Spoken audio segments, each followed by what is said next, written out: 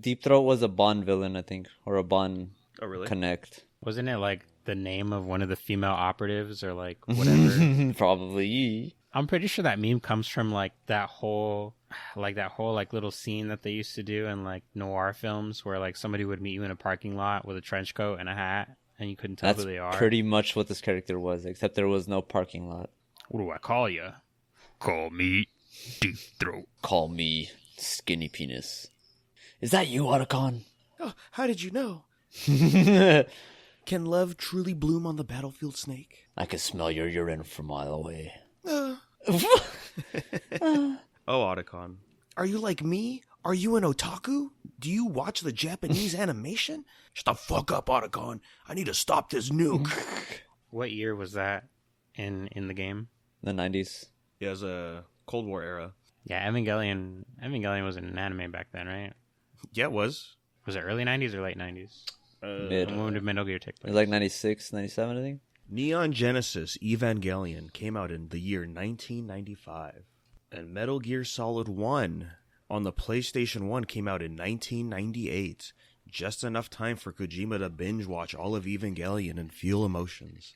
So if that was the case, it is a strong possibility that Otacon was definitely into Neon Evangelion. Probably. Absolutely. So the question is, was he more aligned with Rei or Asuka? I think he's more of a Ray. No, my bad. He's more of Asuka because of Sniper Wolf. Yeah. No, he likes him louder and not to give shit about him. Wants him to step on him. Yep. That definitely sounds like his bag. Yeah, Otacon likes his Toxicas. You know, it's funny. I was watching one of those, like, did you know videos for... Oh, no. It was in Pat's stream, one of the commentators, when Otacon popped up for the first time. You know, fun fact, it was supposed to be Kojima, like his likeness for Otacon, but Shinkawa just drew like a loser otaku-looking guy. So great news, guys. Around a month and some change, Death Stranding 2, and the game just went gold the other day as of this recording. So hell yes. Goated. The game hasn't came out yet. It's already that's how you know, Oscar. Dude, it's game of the year. Like, let's be real. It's already game of the year, man. I was not on the beach, so I would not know. It's not too late, man. It's not too late. I swear that everybody's gonna be stuck on that game for at least the whole duration of like summer and fall until like the next big blockbuster comes out. And even then, it might get overshadowed by Death Stranding for a while. Like, I really feel for any other game that was supposed to like be slated immediately after or right on Death Stranding. Oh, you don't know this? GTA 6? No. Don't tell me. No. Tell me. Put that shit on me, dude. Let me double check the dates. So Death Stranding's June 26, right? Metal Gear Solid Delta is August 26. Let's fucking go, man. I'm not going to play Delta just to play Death Stranding. Oh, sorry, June 24th, but still 2 months before. But also, like, you know, me and Gerry are saying Game of the Year for Death Stranding 2, and, you know, we're not wrong. We're not wrong. But there's plenty of people that would disagree, and those are the people that never played the first game because, you know, the first game wasn't technically popular, but it probably didn't do the numbers Sony was expecting, is what I want to say. Not till now, though, right? Like, people are still playing to this day. The popularity is still increasing, so hopefully it does a good job this year. For those of you saying no, wait, why are we arguing with you? We're right. That's right. That's going to be insane. I wonder who's going to be in it. Like, out of everybody who he's been posting on the Instagram, who's going to be in the game? It's so much, man. Yeah. I'm expecting Bill Skarsgård to make an appearance. Yeah, it's going to be crazy. Mads Mikkelsen's going to come back. You already know that. I know that. I wish. I don't think he is. For a short scene, maybe? No? I don't know. You think he's just a rando who has his own beach? He really made his own fucking like universe in this thing. The Strand type games. Yes, sir. That's insane, dude. To get ready for the second game, I started the novelization finally for Death Stranding. How many pages? Big read? So they split the game into 2 books. I think altogether it's just over 700 pages. Is that the best way to prepare yourself, or do you think just playing the game would suffice? Yeah, playing the game's always a good option. I want to read it for many reasons, because 1, I already have it. And 2, the reason I want to read novelizations for books is to see the stuff that we can't see in the game, right? Inner monologues, different perspectives from secondary characters, stuff that's probably happening in the background that just got cut. So there's going to be a lot of stuff like that. And right off the bat, like the first or second chapter, whatever, like however it's sectioned off in the book, it's already like new stuff. And it's like, whoa, was not expecting that. Now, is it canon? I mean, it's just an adaptation. The guy that wrote this version of Death Stranding has worked with Kojima before with the, I believe he did the MGS4 novel. Yeah, he did Peace Walker, Substance 1, Shadow Moses, Substance 2, Manhattan, and Phantom Pain. He didn't do 4. He did the other ones. And that is a Hitori Nojima. Hitori Nojima? Is that a pen name? That's it so sounds close, like it, man. right? God damn it.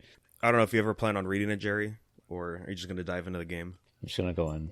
So in the beginning moments, right after you cremate the president's body, and then the BT show up, and then that's the first time, Sam plugs into BB. Mm-hmm. After that moment in the book, it explains that, this is not the first time Sam has done this. He's done it before with other contracts with bridges. Other BBs. Yeah, where this is where it gets interesting too. It said they used illegitimate BBs. And it's like, so they're using bootlegs? Like, what the hell? Is it like the thing Higgs used? It didn't really explain into it, but what I'm guessing is, the BBs are made by bridges.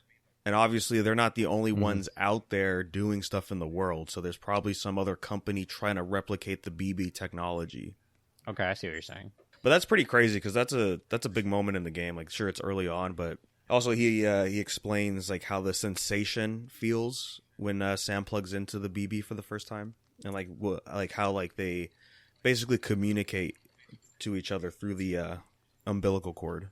I think I can understand your mindset coming into wanting to, like, I guess get a better like idea and like more exposition on things, whether it's canon or not. Like, that does sound pretty cool. Yeah, I mean, one of my favorite moments in the God of War 4 novel is when Kratos goes into the light in Alfheim? Mm-hmm. Right, and he's like walking around and he's hanging out with his wife, and then Atreus pulls him out. And he's like, "Why did you do that? What are you doing, boy?" And then he looks around and there's just all the dead bodies that Atreus killed. 3 days and nights. Yeah, in the novel, we actually get to see Atreus' perspective and what he was doing during those 3 days. Oh, that's rad. Pretty awesome. Pretty freaking cool.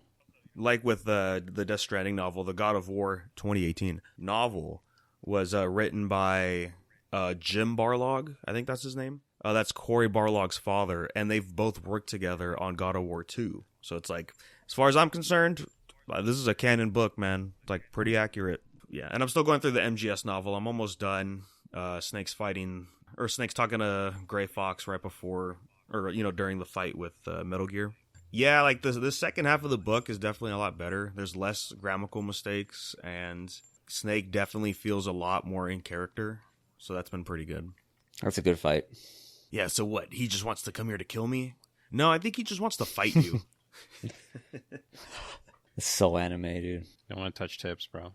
Pretty much. Another thing that I saw, One Piece related, is that there's going to be an official like account that One Piece is making called Choppers, and it's basically just Tony in the real world, just having adventures, just doing daily life shit, like slice of life Tony Chopper, basically. Yeah. I'm like, who the fuck is Tony? But that's the name of the project, Choppers. Yeah. It's Tony Chopper. Yeah. And so they had a couple still images of like him like on a bus or train, right? And then him like on a cell phone, just holding up a cell phone, and then like another still of him just like making bread, or seems to be like he's like rolling dough or something like that. So I thought that was just pretty interesting, man. Like, I'm always up for anything One Piece. And that shit is a maze. Yeah.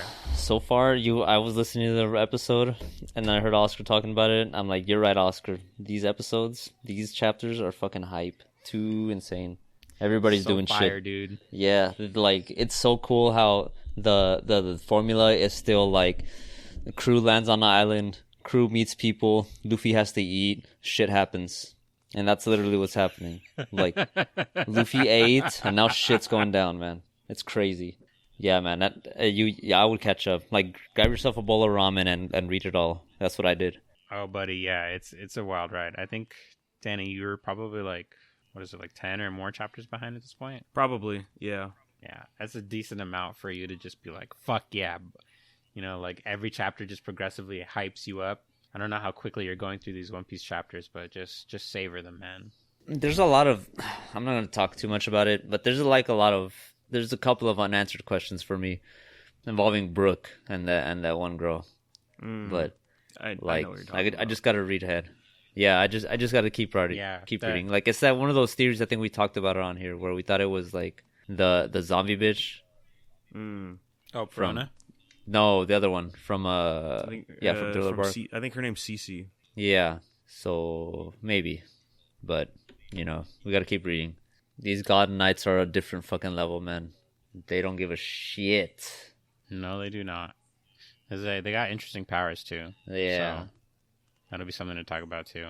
I definitely have a lot of theories going on with there's a Zoan user in particular that has a really weird power. It's so weird, man. And I was like, that's this the levels of shit that he can do is fucking ridiculous. I feel like he's gonna be a fucking huge issue because he's talking nonchalantly this whole fucking time, dude.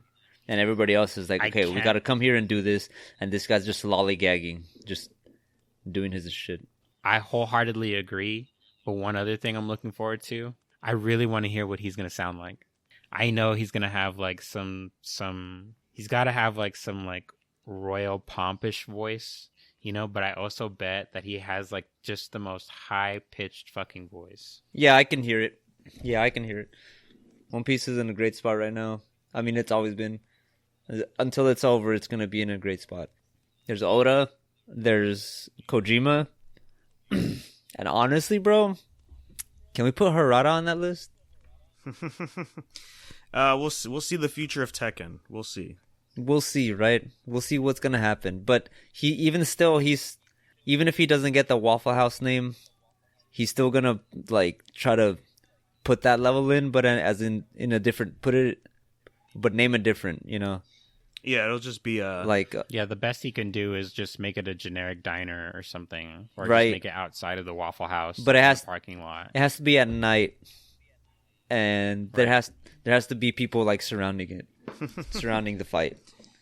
Yeah. Preferably outside, or honestly, if we're gonna do like for real Tekken 8 style matches, we start off on the inside and then the wall break takes you outside.